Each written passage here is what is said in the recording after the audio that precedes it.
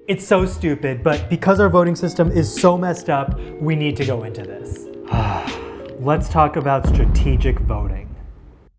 Let's consider this hypothetical. You live in the jungle, and a big election to pick the new queen of the jungle is coming up. Let's meet the candidates. Kevin the Snake wants to make the jungle great again. Helga the Hippo's nice, but has weird ties to the hyenas. Sandra the Sloth fights for herbivore rights. And Tina the Tiger is a Hayekian neoliberal.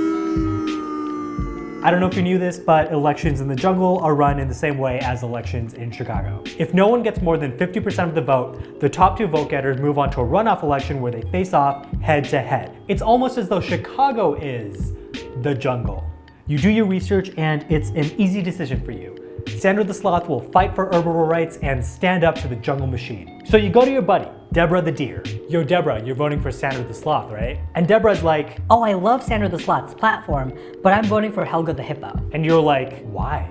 And then Debra tells you about. Debra's like, I love Sandra, but she doesn't have a chance of making it to the runoff.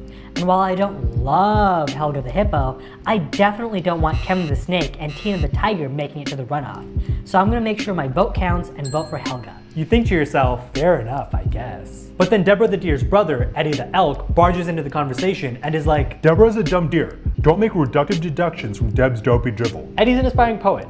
It's why he's living with his sister, Debra. You can't trust polling. Didn't you learn anything from 2016? But Debra follows Nate Silver on Twitter. The results from 2016 were within the margins of error. Polling is more accurate than ever. Polling undervalues first-time voters who turn out for grassroots movements. You're just throwing away your vote and putting us in a situation where we have to choose between two horrific candidates. You can't throw away your vote. Even if Sandra the Sloth loses, if she has a strong showing, it incentivizes future herbivore rights candidates to run. I think both sides are right to a certain degree. Here's a poll that was released yesterday.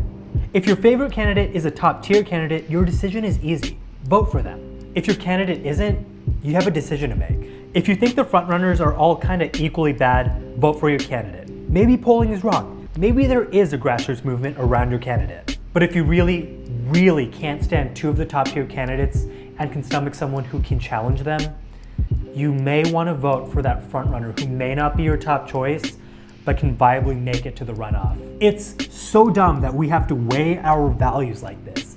I hate having to explain this, but I hope you can see why it's important. I think a voting system that solves this is ranked choice voting. If you don't know what that is, I'm including a link down in the comments, so check that out and read up a little bit about how it works. Please go and vote, either today or tomorrow. Remember, low voter turnout means the machine wins. Thank you so much for watching this video.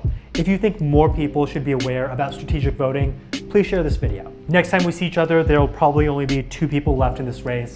I'm excited to start that new chapter with you. You think to yourself,